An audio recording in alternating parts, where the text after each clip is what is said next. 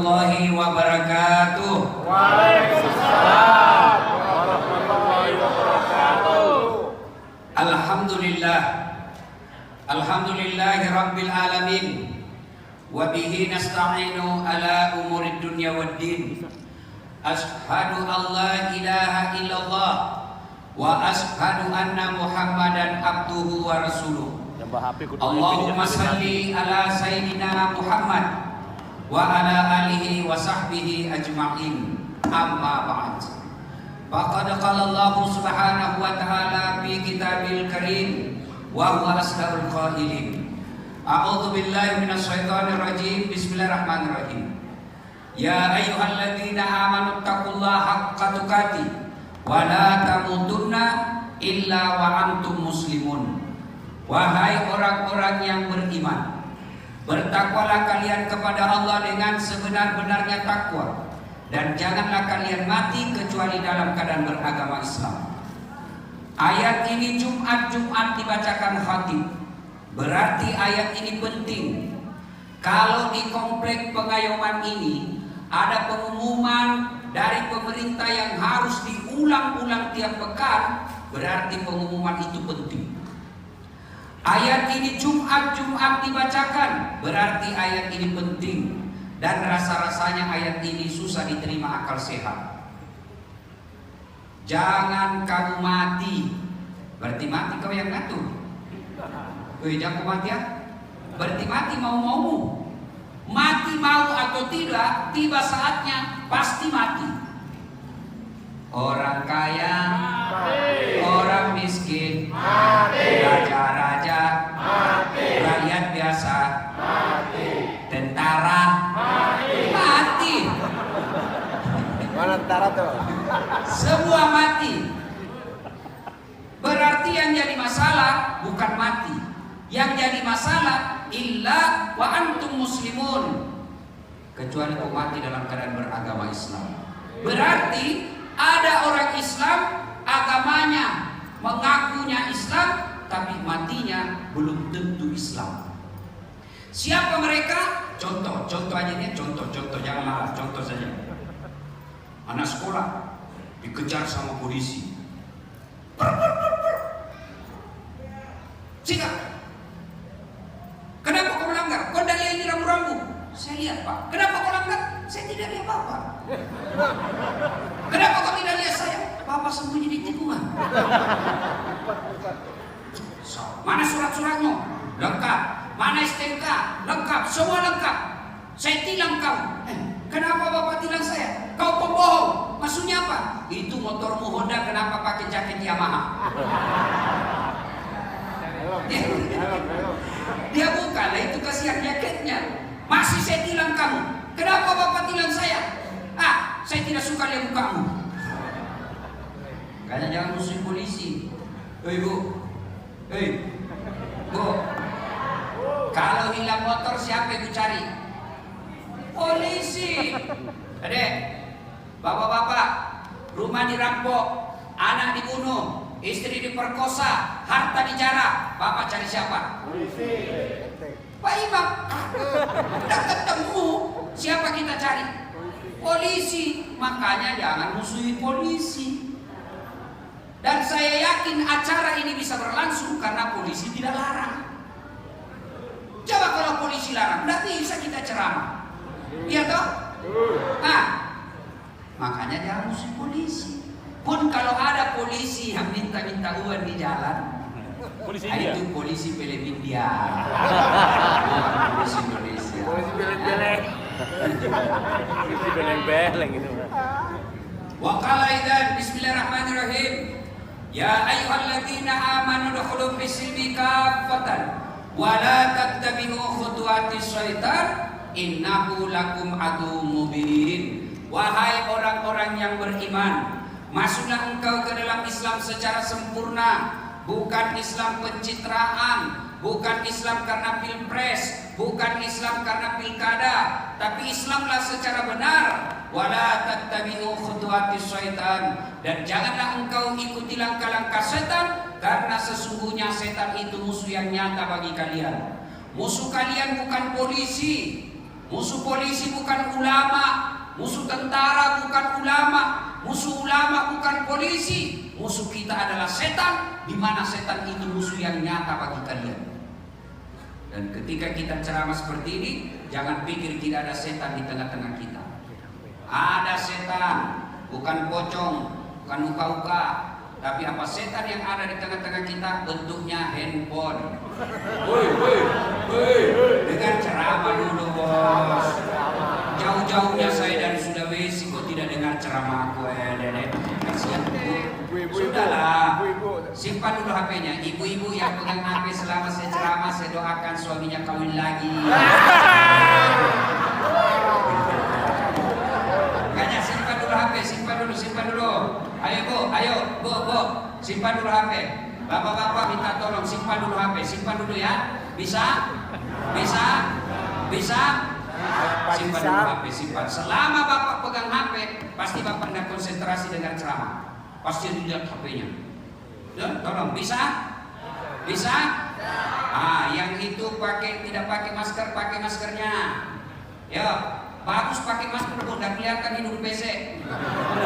Pakai maskernya, ayo, pakai maskernya Pak. Saya juga pakai maskerku. Benar. Pakai maskernya dulu, pakai. Ya, kalau saya buka masker tapi bapak-bapak tetap pakai masker, jaga jarak, insya Allah aman. Ya, tapi kalau semua kita buka masker, maka kita bukan dapat ilmu, tapi kita dapat wabah. Bisa? Ayo pakai maskernya. Nah, saya simpan di sini. Aman. Saya sebelum ke sini swab sudah vaksin, alhamdulillah. Dan ini vaksin Sinovac Pak, salah satu efek negatifnya membuat bapak-bapak berani sama istri. Nggak coba pakai vaksin. Wa qala Allah kemudian berfirman, Bismillahirrahmanirrahim.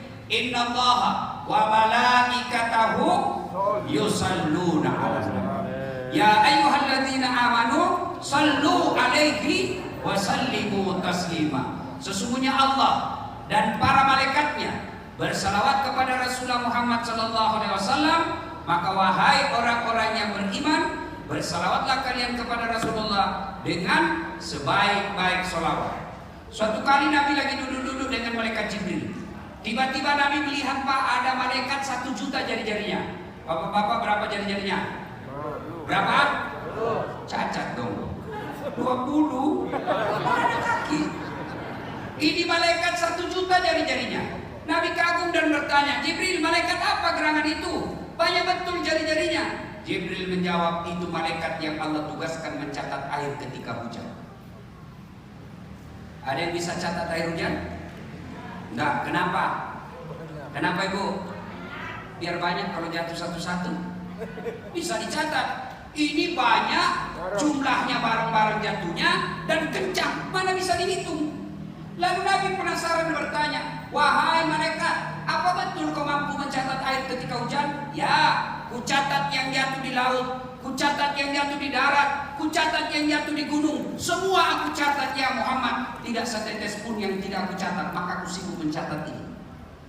Lalu malaikat ini berkata, ya Muhammad, ada satu yang tidak bisa aku hitung. Apa? Ketika umatmu berkumpul di masjid pengayuman, mereka duduk bareng-bareng, lalu mereka bersalawat bareng-bareng kepadamu, saya tidak bisa mencatat betapa banyak pahala yang Allah turunkan di tempat itu.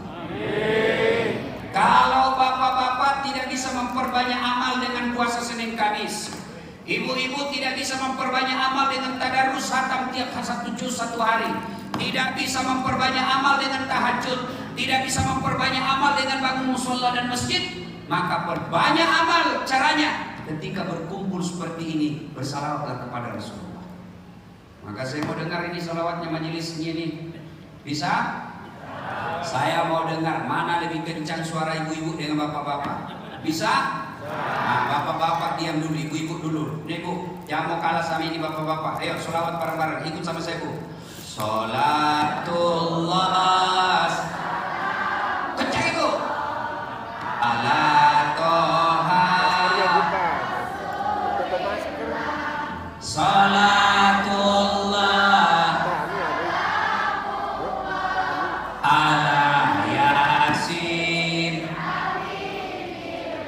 Alhamdulillah, ini bukan kencang Pak, ini namanya syahdu. Nah, suara begini yang kasih tergoda kita laki-laki ya. Makanya Ibu kalau ditelepon suaminya orang jangan mendayu-dayu. Assalamualaikum Ibu. Waalaikumsalam. Lagi di mana Ibu? Di rumah aja Pak. Pelakor. Coba kalau Ibu tegas. Assalamualaikum. Di mana Ibu? Di rumah. Baik, apa kau tanya-tanya? Anda diteleponnya lagi itu besok. Ya, mulai besok kalau ditelepon sama laki-laki yang tegas ini ada di cewek ini. Kalau kau ditelepon sama cowok tegas. Assalamualaikum. Salam. Lagi di mana? Di rumah. Lagi apa kau tanya? Tidak diteleponnya lagi kau besok. Dia bisa Waalaikumsalam. Celeda. Ibu-ibu diam. Ibu diam ya. Diam. Nah, kita dengar nih bapak-bapak. Ayo Pak, jangan mempermalukan jenis kelamin. Yuk. Selawat bareng-bareng. Ayo, selawat. Buktikan kecintaan kita kepada Nabi. Yuk. Salatullah. Salamullah.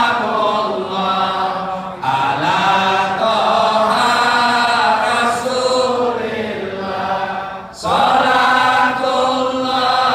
Salamullah. Ala Yasin Habibillah. Alhamdulillah, terima kasih. Bapak-bapak diam, kita dengar ini di depan. Jangan aku semua ini gaya-gaya kan?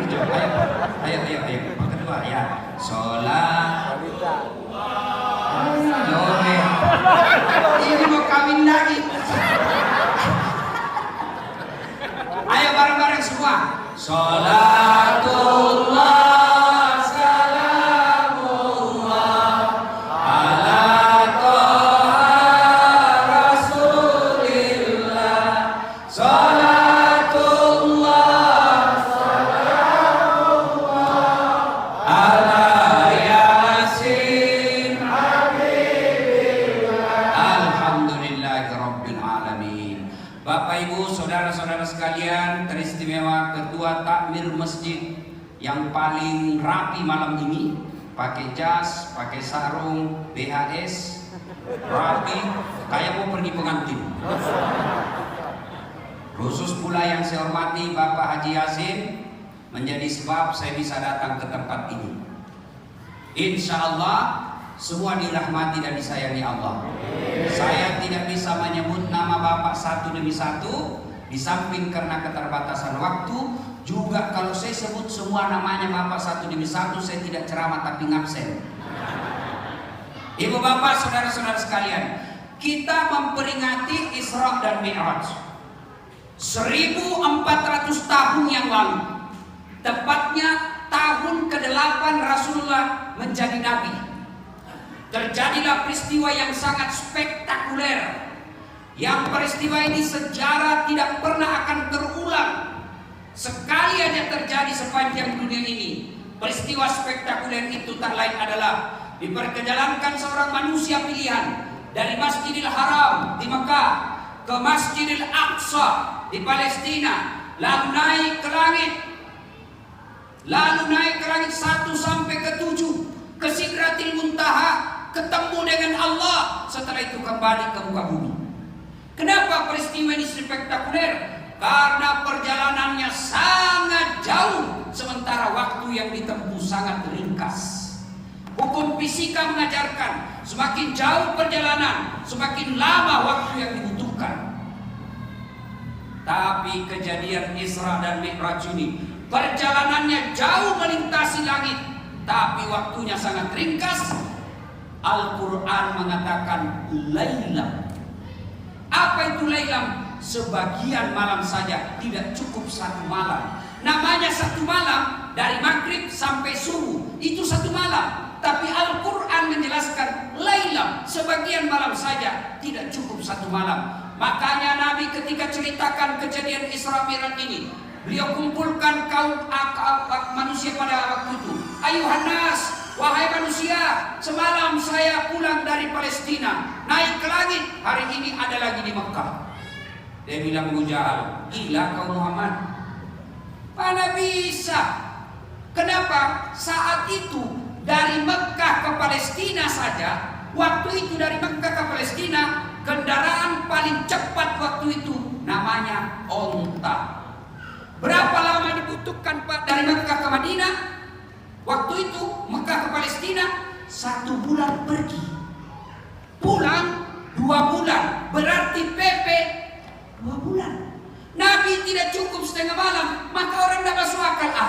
Belen-belen ini kalau bahasa ini Makassar. Tidak masuk di akal. Mana bisa? Ternyata mereka lupa bahwa kejadian Isra Mi'raj itu bukan kehendak Allah, tapi sepenuhnya bukan kehendak Nabi, tapi sepenuhnya kehendak Allah. Coba simak ayat yang dibacakan tadi. Subhanalladzi asra bi 'abdihi. Maha suci Allah yang telah memperjalankan hambanya. Apa yang dimaksud memperjalankan? Berarti Allah yang aktif, Nabi Muhammad terima beres. Contoh, beberapa saat yang lalu saya diundang ceramah ke Palembang. Berangkat saya pagi, sudah sholat subuh berangkat sampai Jakarta, sampai Palembang kurang lebih pukul 10. Selesai sholat duhur, ceramah sudah selesai. Balik lagi ke sini jam 2. Alhamdulillah sampai di Makassar pukul 9 malam. Ternyata tanpa sepengetahuan saya ada semut yang ikut di kantongku. Begitu saya gantung baju saya, keluar ini semut yang ikut di kantong. Dia kumpulkan semua temannya semut dan dia pidato. Saudara-saudara sekalian, bangsa semut, baru saja saya pulang dari Palembang. Kata semut yang lain, jam berapa kau pergi, Mon? Memang tadi pagi sudah salat subuh. Malam kau ada lagi di Makassar. Tidak masuk di akalku. Kau jalan saja baru keluar, diinjak kau mobil, mati. Dia bilang ini semut, betul yang kau bilang, Mut. Kalau itu saya yang jalan. Ini bukan saya yang jalan. Saya ikut di kantongnya Ustadz Das'ad. Dari rumah ke bandara naik mobil, dari bandara ke Jakarta naik pesawat, ke Palembang naik pesawat, pulang juga demikian. Betul saya tidak pernah tinggalkan kantongnya Ustadz Das'ad, tapi betul saya dari Palembang. Masuk akal? Masuk akal? Nah, berarti bukan semut yang jalan, tapi diperjalankan oleh Das'ad Latif dalam kantongnya. Ini pulpenku sudah keliling dari Sabang sampai Merauke. Mana bisa Ustaz, bergerak aja tidak? Siapa yang gerak? Das'ad Latif, ini pulpen di kantong. Percaya Pak? Percaya. Bukan dia yang jalan, tapi yang jalan Das'ad Latif, dia numpang. Bukan Rasulullah yang punya kuasa, tapi diperjalankan oleh Allah Subhanahu wa Ta'ala. Begitu mestinya kita memaknai Isra dan Mi'raj. Contoh lagi, tidak masuk di akal, tapi sudah terjadi. Dulu. Tanya Pak Haji Yasin. Tanya beliau. Nelpon Pak dari Pekanbaru ke Jakarta, diputar. Halo. Disimpan di sini satu. Halo. Palangkaraya. Halo. Jakarta. Halo. Itu dulu. Sekarang tidak lagi seperti itu. Mana pernah Bapak bayangkan Pak Haji Yasin tahun 80, tahun 70-an, mana pernah kita bayangkan saudara kita yang ada di Amerika, saudara kita yang lagi haji, bisa kita video call. Halo. Ya, kasih kelihatan lidahmu. Nah, turun sedikit di lehernya. Dulu tidak pernah dibayangkan, sekarang ada. Mana pernah kita bayangkan dulu orang bisa menelpon tidak ada kabelnya. Bukan cuma bisa menelpon tidak ada kabel, bisa nonton dan itu kecepatannya sama. Kalau dulu kan mulutnya sudah rapat, suaranya belum kedengaran. Luar biasa. Dan suatu ketika nanti saya yakin teknologi ilmu pengetahuan mampu membenarkan kejadian Isra dan Mi'raj ini. Satu. Yang kedua yang perlu dijelaskan, mengapa Nabi diisrakan? Dalam penulisan skripsi disebut latar belakang masalah. Kenapa Nabi diisrakan? Dalam Islam ada 2 nama tahun yang aneh-aneh. 1 namanya tahun gajah. 2 tahun duka cita. Tahun gajah tahun lahirnya Nabi. Tahun duka cita tahun Isra Mi'rajnya Nabi. Ada yang tahu tanggal berapa Nabi Isra Mi'raj? Anak remaja, siapa yang tahu? Ayo saya kasih kau hadiah. Cepat. Cepat. Tanggal berapa Nabi Isra Mi'raj? Ayo, mana? Hah? Sini. Cepat. Cepat sini. Nama siapa? Ya, coba. Namamu siapa? Ardi. 27 Rajab. Tunggu dulu, belum. Ada passwordnya. Siapa namanya neneknya Ustaz Dasar? Nenek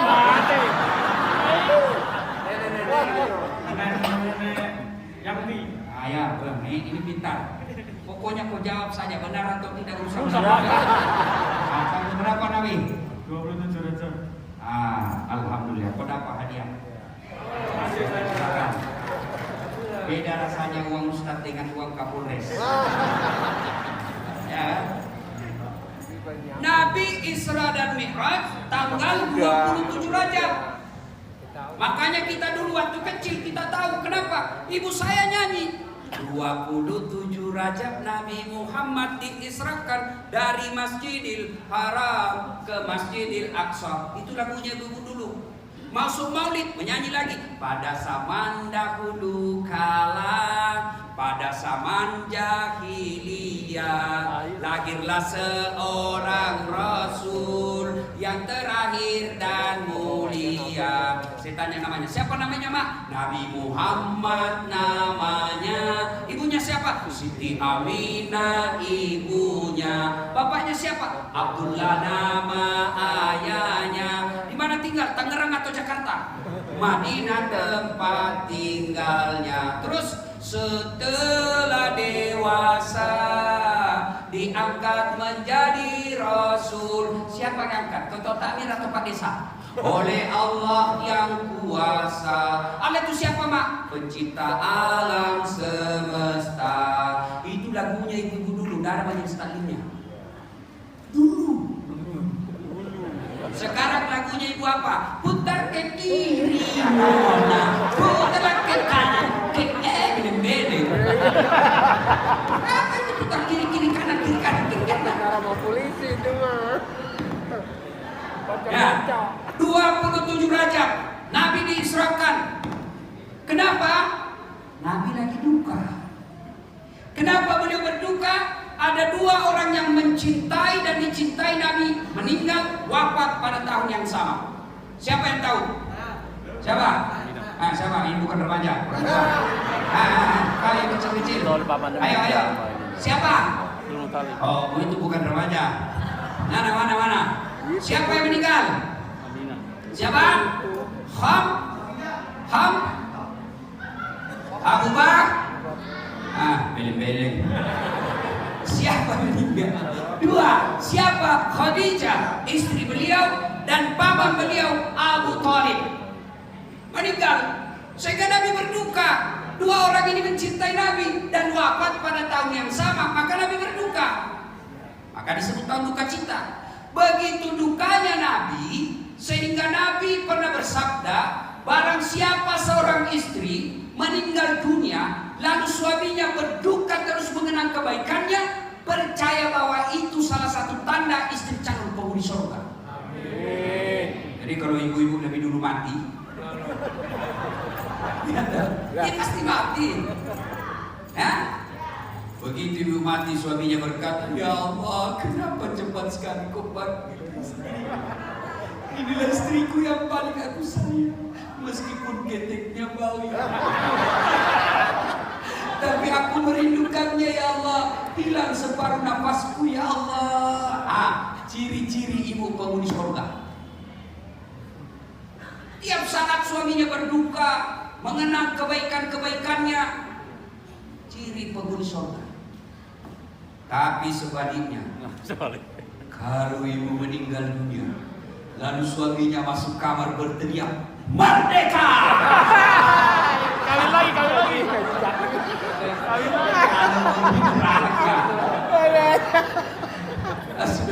Alhamdulillah bebas dari penjajahan. Yang ketawa sih serius ini bukan penjajah. Ya. Nah, pada saat Nabi duka cita itulah Allah perintah kepada Jibril, sini Jibril,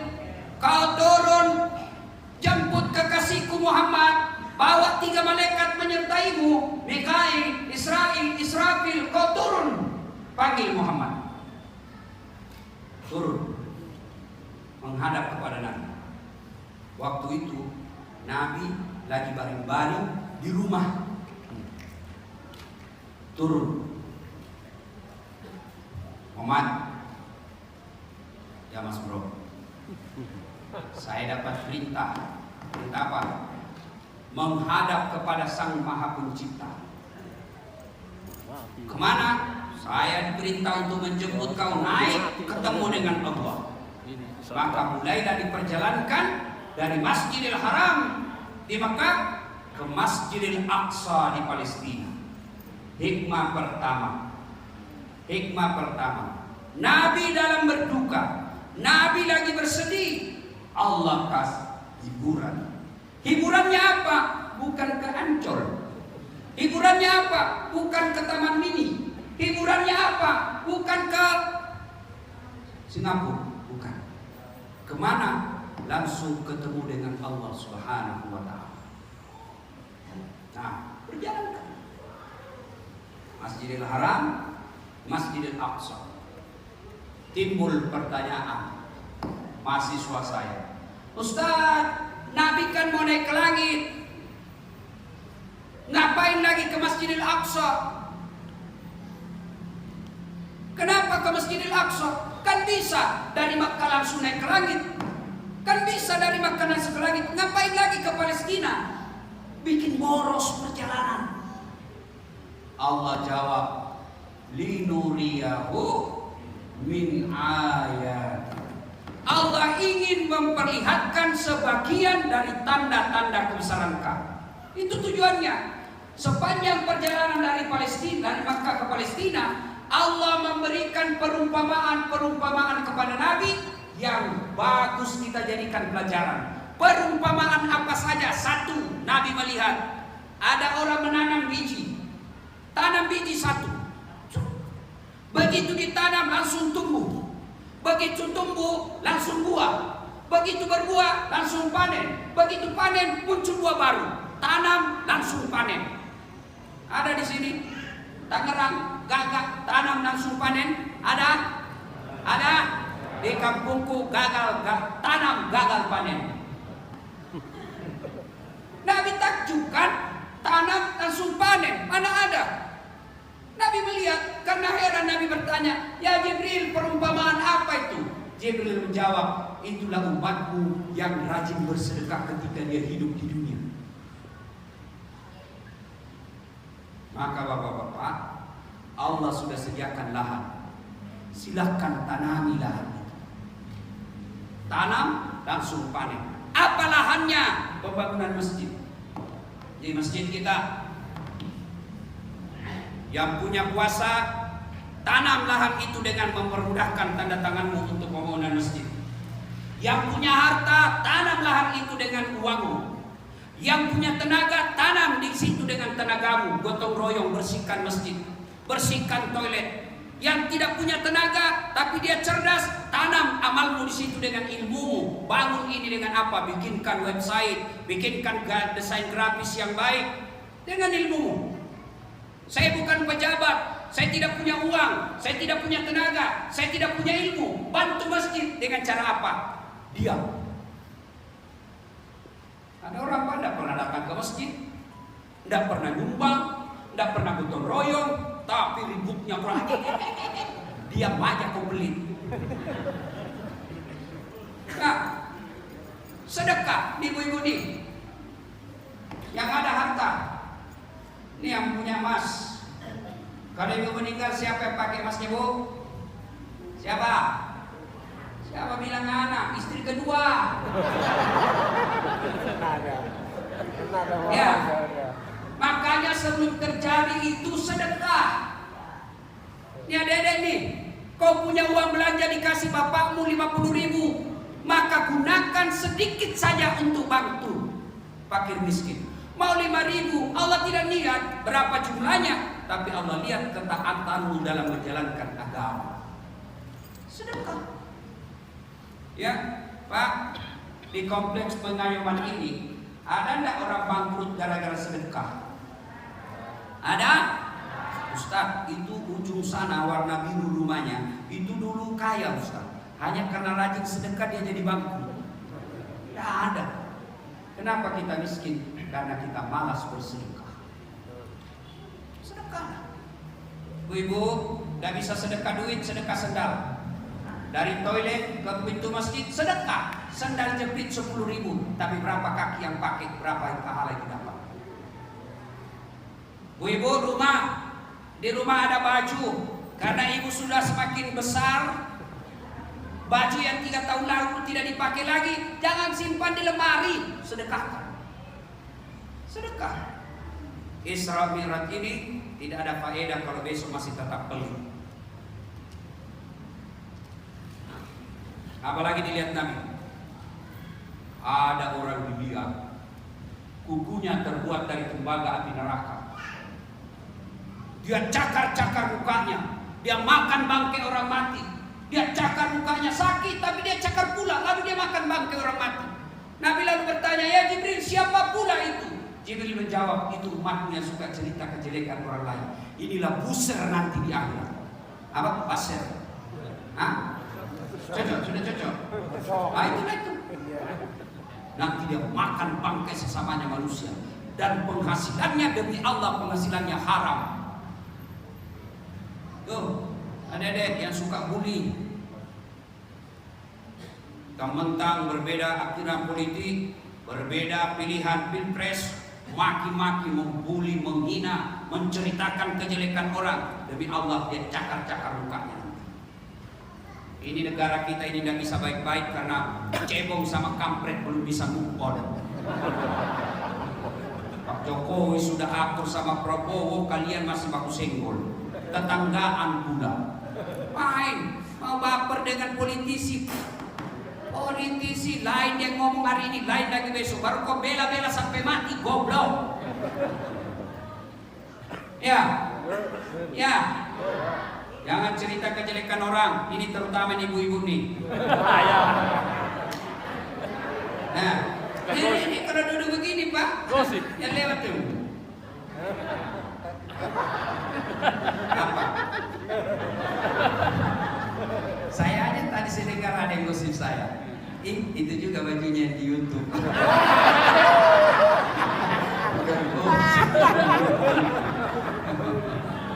Ada yang bilang Ustaz, yang saya katakan itu benar. Justru benar. Yang namanya ghibah, kalau salah namanya fitnah. Ayuhibbu ahadukum, sukakah kamu memakan bangkai sesama manusia? Hati-hati saudara-saudaraku, menggunakan medsos harus arif dan bijaksana. Jangan sampai Anda menyebarkan berita bohong, menyebarkan kebencian, menyebarkan fitnah, dilapor sama polisi, berakhir sama penjara, anak istrimu tidak ada yang ngurus. Hati-hati menerima berita di WhatsApp, menerima berita di Facebook. Jangan kau sebarkan kalau itu menceritakan kejelekan orang meskipun dia benar. Tuh, apalagi dilihat Nabi. Ada lagi dilihat Nabi, dihidangkan daging yang matang, harum, rapi, bersih, halal. Sampingnya daging bangkai, bau, busuk, bernanah, haram. Disuruh pilih, malah dia pilih bangkai yang bau dan bernanah. Nabi bertanya, siapa pula itu Jibril? Goblok. Dia beleng. Dikasih yang halal, dia makan yang haram. Dia kasih yang harum, dia makan yang bau. Dia kasih yang bersih, dia makan yang bernanah. Siapa dia Jibril? Jibril menjawab, itulah umatmu yang suka berselingkuh. Pelakor. Apa artinya itu kalau pelakor? Hah? Apa? Ibu-ibu, mau gak suaminya dilakor? Mau? Ini ibu-ibu sekarang marah kalau suaminya berselingkuh. Jangan sekedar salahkan suami kalau ibu tidak tahu menjaga suaminya.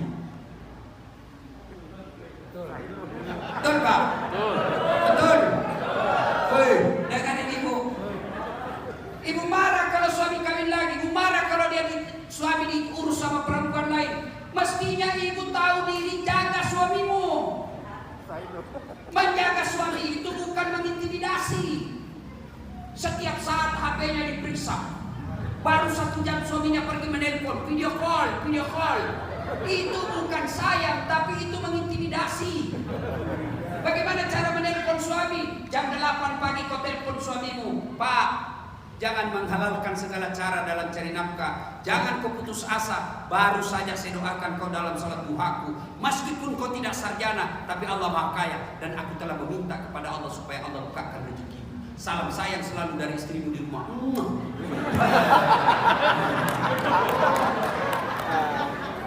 Ya, Bapak pernah dapat SMS begitu? Tidak pernah. Wajar Bapak mau cari ganti.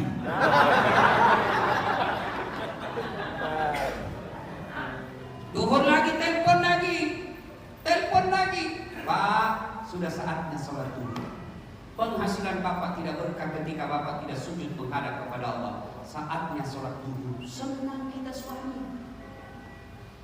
Sore SMS lagi suaminya, dia telepon lagi suaminya. Tapi dia telepon bukan di mana kau, coba video call, tidak. Tapi apa? Dia telepon lagi suaminya, Bang, saya lagi belajar ngaji dengan anak kita. Alhamdulillah anak kita sudah Iqra 3. Dengan izin Allah, dengan kasih sayang Allah, anak kita sudah Iqra 3. Senang suami. Pas mau maghrib dia telepon lagi suaminya, Bang, jangan makan di luar. Hari ini semasa spesial buat abang. Dan aku telah menyambutmu dengan pelukan hangat. Ketawa, saya sini. Benar? Ya. Coba pulang suami, jaga suami dengan baik, bukan diintimidasi. Malah ada ibu-ibu bilang, pilih ibumu atau saya istrimu. Mana ya ketawa. Mana bisa? Ini kadang-kala ibu-ibu kan ngomongnya tidak masuk akal. Pilih mamamu atau istriku. Pilih mamamu atau istrimu. Saya istrimu. Kau pilih mana? Mana bisa dipilih? Satu melahirkan kita, satu melahirkan anak kita. Tidak bisa dipilih. Kalau dipilih, pilih poligami atau sendiri. Pasti soal poligami. Oi bu, oi. Yang suka bilang pilih-pilih mamamu atau istrimu. Dengar, siapa yang mengandung suamimu? Hah? Ibunya. Pernah rasakan melahirkan? Enak? Pilihan mati dan hidup. Siapa yang lahirkan suamimu? Siapa? Ibunya. Pernah rasakan menyusui? Apalagi ketika usianya 7 bulan. Siapa itu? Hei, siapa yang menyusui suamimu? Hah? Dulu waktu kecil, bukan sekarang. Sama kayak Siapa? Hah? Ibunya. Siapa yang mengajarkan halal haram? Ibunya. Siapa yang ngajari bicara? Ibunya. Siapa yang ngajari jalan? Ibunya. Lalu siapa yang dibelikan rumah? Hah? istrinya. Siapa yang terima gaji bulanannya? Istrinya. Makanya jangan suka pilih. Ya. Tahu? Maka wajar ketika Nabi bersabda, tidak masuk surga istri yang durhaka kepada suaminya. Coba itu kasihan, coba lihat ini muka suami. Coba lihat kasihan. Setengah mati cari nafkah. Dia disarjanakan, dikuliahkan sama bapaknya. Begitu dia dapat gaji, apa dia kasih ibunya? Tidak, sisa-sisa gajinya dikasih orang tuanya karena cintanya sama istrinya. Takbir! Kenapa? Saya bela kau semua karena itu. Sampai jam berapa ini Pak Isi? 11. Nah, 11.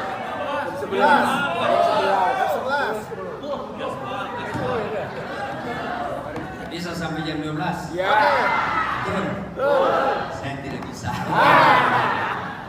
Ya, banyak yang dilihat oleh Nabi, tapi waktu terbatas. Bapak juga. Bapak dengar baik-baik. Pak, siapa yang mengandung istri? Ibunya. Siapa yang lahirkan? Ibunya. Siapa yang didik dia? Ibunya. Siapa yang sekolahkan? Siapa yang ditemani sekarang? Suaminya. maka jangan hianati istri. Setengah mati cari uang, 30 tahun tidak bisa lepas dari kredit. Kenapa? Karena kau hianati istrinya. Tak akan terbuka rezeki dengan baik kalau istri di rumah menderita. Siapa yang ngurus anak kita? Siapa melahirkan? Bapak pernah rasakan melahirkan? Pernah rasakan hamil? Coba ibu-ibu kalau hamil aja dia itu pakai standar samping kalau dulu. Kalau kita apa? Paling kalau ngidam, ada yang ngidam di Ustaz, apa doanya berhenti ngidam istri? Saya bilang, ngidam apa istrinya Pak? Dia bilang, nanti dia bisa tidur kalau dia lihat saya di atas lemari. Jadi kalau istrinya mau tidur jam 10, setengah 10 sudah naik lemari. Saya berhenti kau dikasih bodoh-bodoh ke istri. Siapa yang ditemani istri kita sekarang? Apa bapaknya? Dia tinggalkan kampung halamannya. Bapaknya sakit di kampung, tapi dia tidak pulang ngurus bapaknya. Kenapa? Karena dia mengabdi kepada bapak. Maka bapak durhaka kepada istri. Kata Nabi, bukan bagian dari umatku yang mengkhianati istri. Ya, nah lain kali kita bahas ini kewajiban bersama suami istri. Sampailah Nabi di Masjidil Aqsa. Naik, banyak dicerita itu, tapi waktu terbatas. Sampailah Nabi di Sidratul Muntaha, Mustawa. Kemudian kedengaranlah salam dari Allah. Assalamu alayka ayyuhan nabiyyu wa rahmatullahi wa barakatuh. Nabi menjawabnya, Assalamu alayna wa ala ibadillahi shalih. Lalu Nabi melanjutkan, Ashhadu Allah ilaha illallah. Kemudian Allah melanjutnya, wa ashhadu annaka ya Muhammad wa rasulillah. Dialog antara Allah dengan Nabi itulah yang diabadikan dalam tahiyat. Maka ketika Bapak Ibu tahiyat, jangan sekali-kali buru-buru. Yang namanya dialog, saya bicara, Bapak diam. Bapak bicara, saya lagi yang diam. Itu namanya dialog. Kalau saya bicara, Bapak juga ngomong, bukan dialog tapi debat. Assalamualaikum warahmatullahi wabarakatuh. Assalamualaikum. Itu debat, Pak. Maka tema kita pada Isra Mi'raj ini meningkatkan kualitas sholat. Bagaimana kualitas sholat kita mau baik kalau kita tidak punya buku tuntunan sholat? Berapa rukun sholat? Coba, Bapak ini baju coklat, berapa rukun sholat? Tidak usah balik, Pak, Bapak yang saya maksud. Ya, berapa rukun sholat? 5. Anak muda yang baju hitam, berapa rukun sholat? Kamu, berapa rukun sholat? 7. Berapa rukun sholat? 9. 17. Berapa rukun sholat? 17. Ibu-ibu berapa rukun sholat? Berapa? 14. Adik-adik berapa rukun sholat? Gimana mau kualitas sholat? Rukun sholat aja belum tahu. Padahal sudah 30 tahun sholat. Gimana sholat kita mau baik? Rukun sholat aja kita tidak paham. Wajar 30 tahun kita sholat tapi kita tukang tipu. Kita sholat tapi kita hobi makan uang sogok. Kita sholat tapi kita masih mempertontonkan aurat. Kita sholat tapi kita masih hobi makan uang haram. Pantas, kenapa? Karena kualitas sholat kita bermasalah. Ayo, rukun sholat ada di 13. Yang pertama apa? Apa?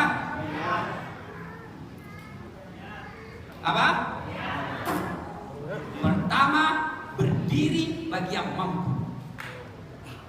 Dulu, rukun artinya apa? Bapak kalau mampu berdiri lalu Bapak duduk, tidak sah sholatnya. Kalau mampu berdiri, situasinya membolehkan berdiri. Tapi kalau tidak mampu berdiri, misalnya ke pesawat, di bus, boleh duduk. Rukun kedua apa? Niat itu tidak harus dilafazkan, tapi kalau mau dilafazkan juga boleh. Sholli sunnatal duhuri. Nah, itu kalau mau dilafazkan. Tapi kalau mau tidak hafal, boleh bahasa Indonesia. Saya niat sholat duhur 4 rakaat, wajib hukumnya bagi saya menghadap ke kiblat sebagai makmum lillahi ta'ala. Kalau makmum, kalau sendiri adaan lillahi ta'ala, kalau imam, imaman lillahi ta'ala. Sudah. Tidak tahu bahasanya itu niatnya Ustaz, tidak harus diucapkan, boleh tanpa diucapkan sah. Gimana caranya? Langsung saja Allahu Akbar. Kenapa? Karena bapak tadi wudhu pasti sudah ada dalam hatinya, saya mau sholat, itulah niat. Mau jalan praktis ya sudah, Tuhan sholat duhur ya, Allahu Akbar. Boleh. Bagaimana kualitas sholat kita mau baik? Rukunnya saja kita tidak paham. Apalagi kalau bicara syarat sahnya sholat. Ada berapa syarat sahnya sholat? Ada berapa? 9?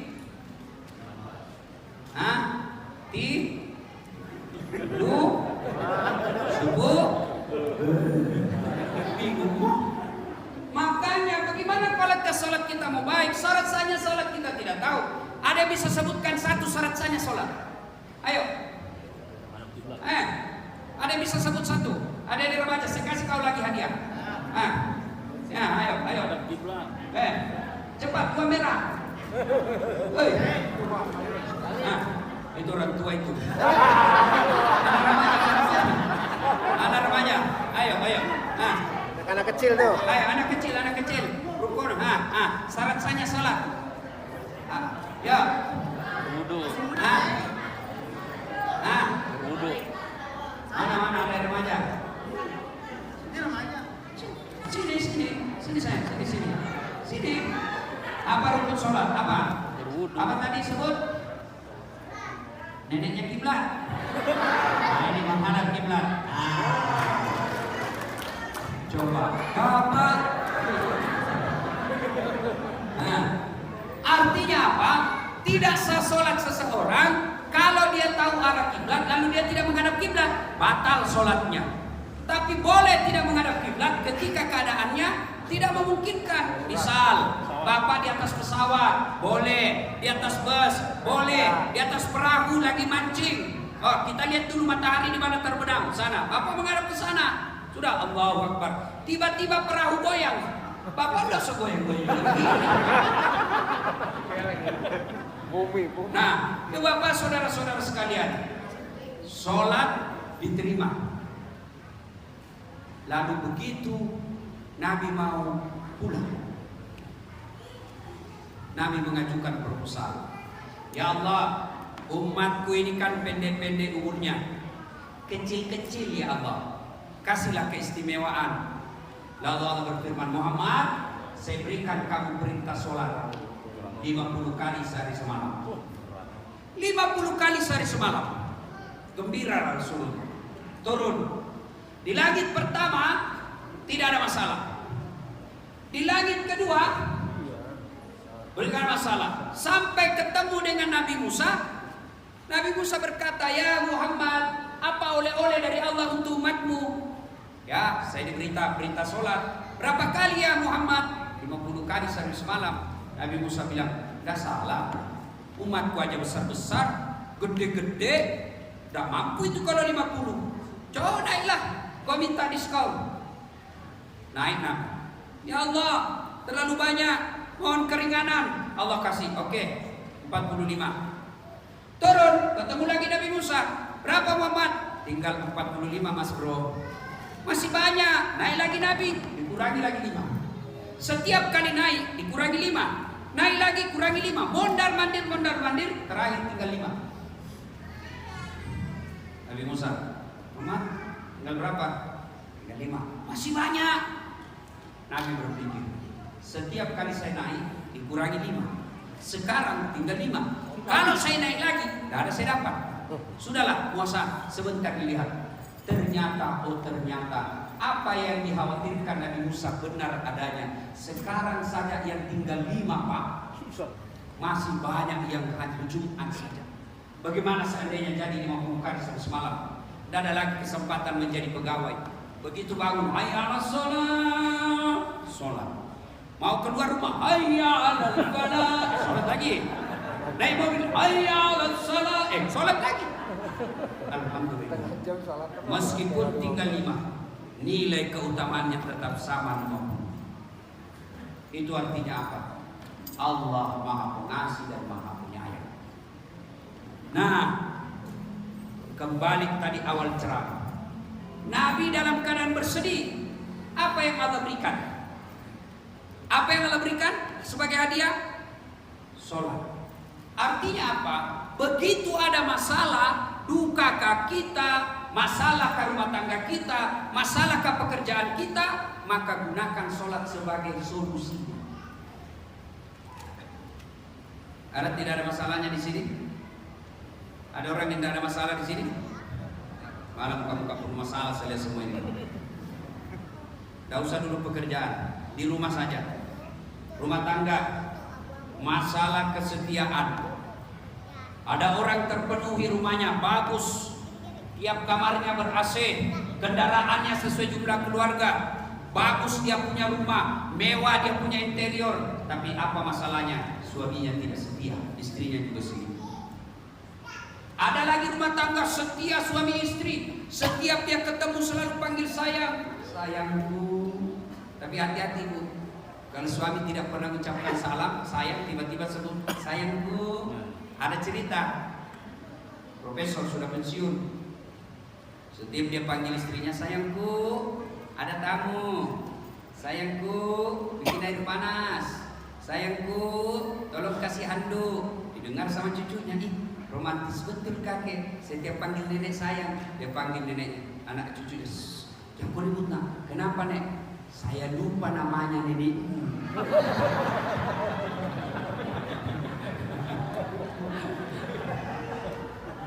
Nah, ada orang romantis, kasih sayangnya tercukupi, tapi apa kekurangannya? Sudah ada anaknya 4, tidak punya rumah. Ada lagi orang rumahnya bagus, suami istri romantis, apa masalahnya? Tidak punya anak. Jadi percaya Bapak Ibu sekalian, tidak ada satupun rumah tangga yang tidak ada masalah. Istri cantik, Bapak pikir istri cantik bukan masalah? Istri cantik masalah, digoda orang. Apalagi kalau suaminya jelek, tanpa masalah. Berarti bagus kalau jelek istri, dihina orang. Kita lagi malu jalan sama dia, duluan aja deh, nanti ketemu di gedung. Suami kan, istri cantik masalah, istri jelek masalah. Berarti bagus kalau tidak ada istri. Masalah juga, berarti bagus kalau banyak istri. Yang coba-coba Pak, coba. Berarti tidak ada orang, tidak ada masalahnya. Adik-adik, waktu kuliah apa masalahnya? Mau sarjana. Sudah sarjana selesai masalahnya, mau jadi pegawai. Sudah jadi pegawai selesai masalahnya, mau jadi kepala bagian. Sudah kepala bagian selesai masalahnya, mau jadi kepala dinas. Sudah kepala dinas selesai masalahnya, mau jadi sekda. Sudah jadi sekda selesai masalahnya, mau jadi bupati. Sudah jadi bupati selesai masalahnya, mau 2 periode. Sudah 2 periode selesai masalahnya, mau jadi gubernur. Sudah jadi gubernur selesai masalahnya, ditangkap KPK. Tidak ada orang tidak ada masalahnya. Semua orang punya masalah. Alhamdulillah. Belajar dari Isra dan Mi'raj tadi, begitu ada masalah Allah janji, ista'inu bis-sabri was-salat. Sabar, perbaiki sholatmu, saya yang selesaikan semua masalah-masalah. Jadi kalau ada masalah dalam rumah tangga, anak-anak tidak mau mendengar, istri pembangkang, suami tidak mau tidak menjadi imam dengan baik, tidak usah cari apa salahnya, siapa yang salah, tidak usah cari siapa penyebabnya, lebih baik koreksi bagaimana sholatnya. Saya sholat Ustaz, tapi kenapa rumah tangga saya terus bermasalah? Betul Bapak sholat tapi tidak ikhlas. Ayalah sholat, asar lagi. Barusan kita sholat duhur, tidak ikhlas. Saya sholat Ustaz, tapi tidak ikhlas. Mana buktinya? Bapak pakaian sholat seada-adanya. Dengar ini cowok-cowok nih, terutama yang berat badannya berlebih. Pakai baju kaos. Pakai baju kaos. Waktu takbir masih baik, ruku masih baik. Begitu sujud kelihatan celengan di belakang. Ada yang begitu. Ya. Kalau betul-betul sholat yang baik, meningkat kualitasnya, Nabi menyunahkan pakai parfum, pakai baju yang indah, jangan pakai seadanya. Itu kalau mau meningkatkan kualitas sholat, mulai dari cara wudhu kita perhatikan, mulai cara berpakaian kita perhatikan, disunahkan wudhu, disunahkan pakai parfum, bahkan pakai siwak. Tapi adik-adik kalau pakai siwak, tolong jangan di depannya orang. Nabi tidak pernah siwak di depannya orang ini. Itu tidak beradab. Ayo. Saya sholat Ustaz, tapi masalah ini tidak pernah selesai Ustaz. Betul Bapak sholat, tapi sholatnya cari duit. Apa artinya? Allahu Akbar. Tadi duit saya 100.000, beli pulsa 50.000, beli bensin 30.000. Mana yang 20 ya? Allahu Akbar. Belum dia dapat. Sami Allah. Gimana sih simpan ini? Itu bukan sholat. Begitu. Assalamualaikum. Oh, di bawah bantal saya simpan. Selama Bapak takbir bukan cari Allah, tapi cari duit. Adik-adik buru-buru berjamaah karena sudah rakaat 2, buru-buru naik motor. Begitu sudah masuk di dalam takbir Allahu Akbar, baru sadar, Masya Allah motor tertinggal kunci di motor. Pasti kau tidak susu lagi. Dan sudah motor saya, sudah motor saya. Maka kalau mau meninggalkan sholat seperti itu, tata geraknya, pakaiannya, mata jangan ketika sholat seperti mata pencuri. Allahu Akbar. Ada yang sholat seperti itu. Allahu Akbar.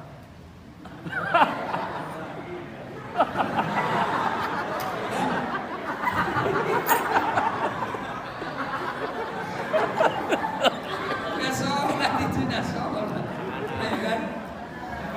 Nah, salah satu cara meningkatkan sholat kita supaya baik, datang sholat jamaah. Alhamdulillah Pak, ini masjid cantik dan jamaahnya selalu penuh. Alhamdulillah. Apalagi kalau subuh penuh sampai di luar, tidak ada di dalam.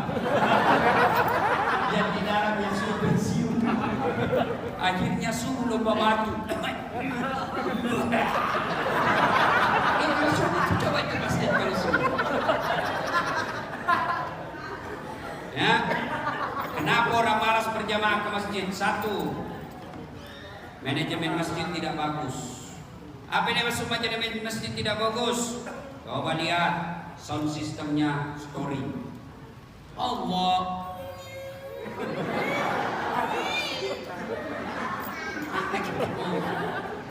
Karpetnya sudah 7 kali lebaran tidak pernah ganti. Begitu kita sujud, air cicak didapat. Ayo. Apalagi penceramanya dari salam pertama sampai turun mimbar neraka aja terus dia cerita. Kau dibakar, dibanting, ditusuk pantatku, digunting di dapur, terus ke bawah. Dia bilang udah, tidak usah ke masjid, takut-takut. Ya kan? Apalagi dapat lagi Pak Imam yang membalik-balik sunnah Nabi. Apa dia balik sunnah Nabi? Nabi katakan kalau kau jadi imam, ringkaskan bacaan sholatmu. Ini sekalinya jadi imam Pak yang panjang-panjang dia baca. Kalau dia sendiri kul-kul. Kalau dia imam baru mau takbir sudah lama Pak.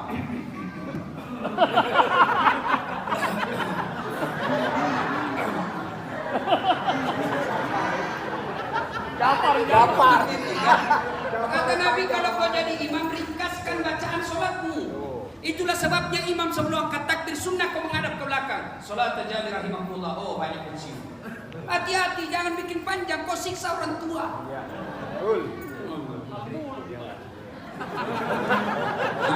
Jatuh.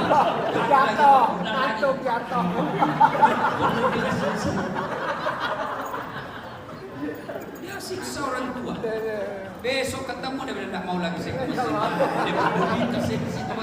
Ini ngaji Rezeki aja jadi imam. Nah, yang kedua kata Nabi, kalau kau jadi imam baca yang umumnya orang hafal. Sayang seribu sayang para penghafal Quran kalau jadi imam, dia pikirlah yang paling hebat kalau hanya dia yang hafal. Itu imam kita itu begitu. Baca yang umumnya orang hafal itu sunnah, perintah Nabi. Kenapa? Supaya orang satu ada yang salah kalau bacanya imam salah, ada yang bisa luruskan. Coba kalau Pak Imam baca Qul Huwallahu Ahad keliru, atau membaca Wadduha atau At-Tin salah, ada yang bisa bantu. Kenapa? Umumnya kita hafal. Tapi begitu imam membaca surah Al-Anfal ayat 10 sampai 72.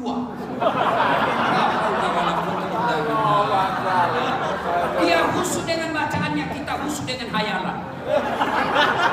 Kita mau ikut tidak dihafal. Kita mau ruku belum ruku. Terpaksa kita baca semua pengumuman di dinding. Ada keuangan kas, saldo, pengeluaran. Sudah dibaca semua satu papan, belum selesai. Kita baca lagi kalender Persatuan Guru Republik Indonesia. Sudah dibaca dinding, sudah dibaca kalender, belum selesai. Bajunya lagi orang dibaca. Caleg DPRI nomor urut 7. Semua dibaca. Siapa yang salah? Siapa yang salah? Imam. Baca yang umumnya orang hafal, supaya begitu salah ada yang bisa luruskan. Yang kedua supaya orang bisa usul. Nah, cerita Pak penghafal Quran di usul, nak pondok, dites bacaannya. Begitu lagi sholat tiba-tiba ada cicak jatuh dekat telinganya, kagetlah dia. Begitu kaget, hilangin kalamnya. Apa sambungan ini Pak? Dia lupa, suasana hening. Dia menunggu tidak ada juga yang bisa. Terpaksa dia bilang Pak Imam, tolong bantu di belakang. Lain di belakang, saya juga tidak tahu. Kemudian Tahu-tahu kan. kalau begitu ya sudah Allahu Akbar. Dia sombong. Ya, tuh Imam. Yang berikutnya lagi, yang kadang-kala membuat kita malas datang jamaah, apa? Ada makmum yang sok paling hebat. Ada makmum yang sok merasa dia yang paling suci. Ada makmum yang merasa dia yang paling cerdas. Mulai takbir dia ganggu orang. Takbir kayak dia mau gigit telinga kita. Om.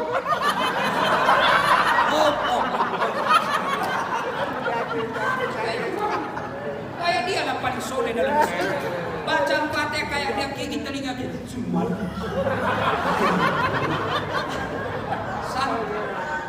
Santai men. Ada kan yang begitu? Nah, ada lagi yang kakinya mengganggu kita.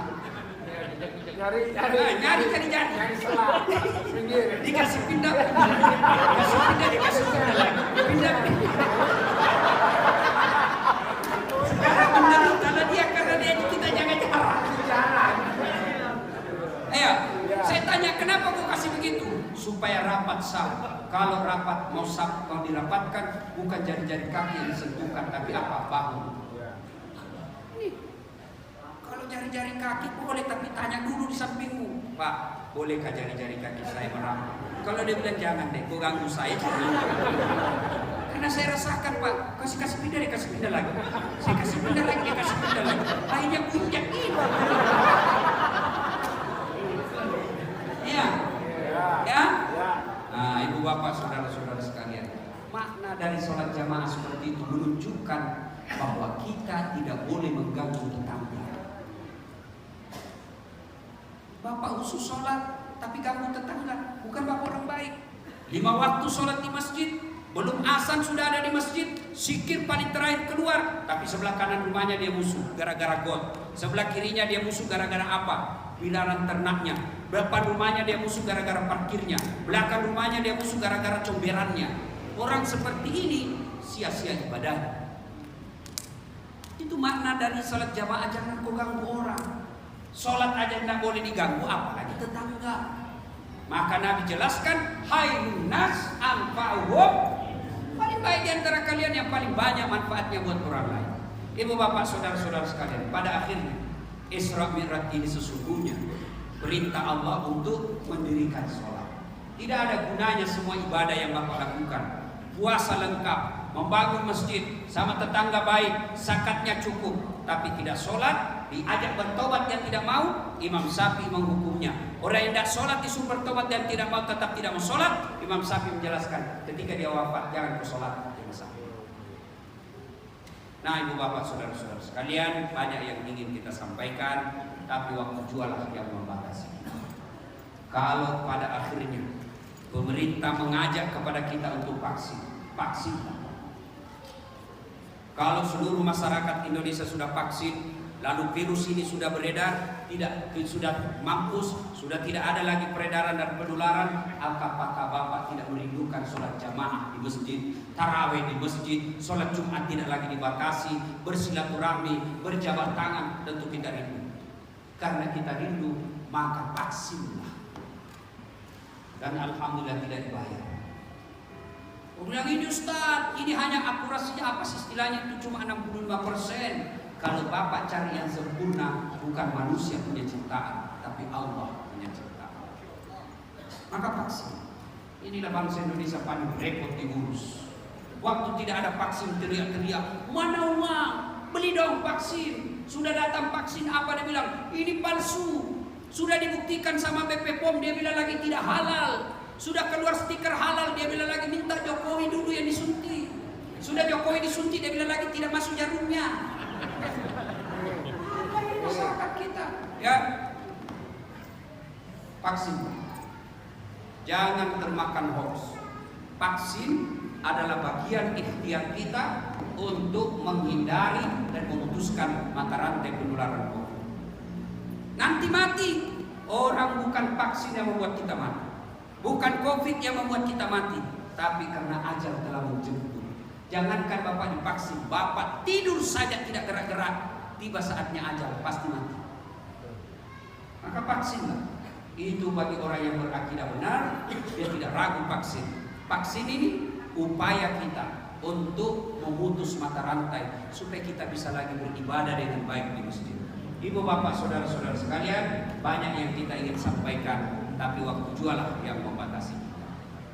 Pada akhirnya kita Isra Mi'raj ini tidak ada faedah sama sekali kalau kita tetap tidak mendirikan sholat dengan sebaik-baiknya. Bagi bapak yang sudah mendirikan sholat jangan puas sampai di situ, mari tingkatkan kualitasnya dengan datang berjamaah di masjid. Kalau kita yang sudah rajin berjamaah di masjid, mari kita tingkatkan lagi dengan memperbanyak sholat-sholat sunnah. Insya Allah berkah maqamam mahmuda, Allah angkat derajat. Inilah tausiah kita, mudah-mudahan ada manfaat.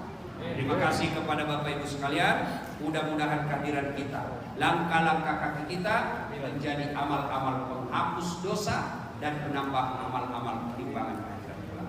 Mohon maaf kita tidak usah jabat-jabat tangan, bukan karena takabur dan sombong dan meremehkan Bapak, tapi protap kesehatan untuk sampai sekarang ini memang kita tidak dianjurkan untuk jabatan. Demikian, lebih dan kurangnya mohon dimaafkan.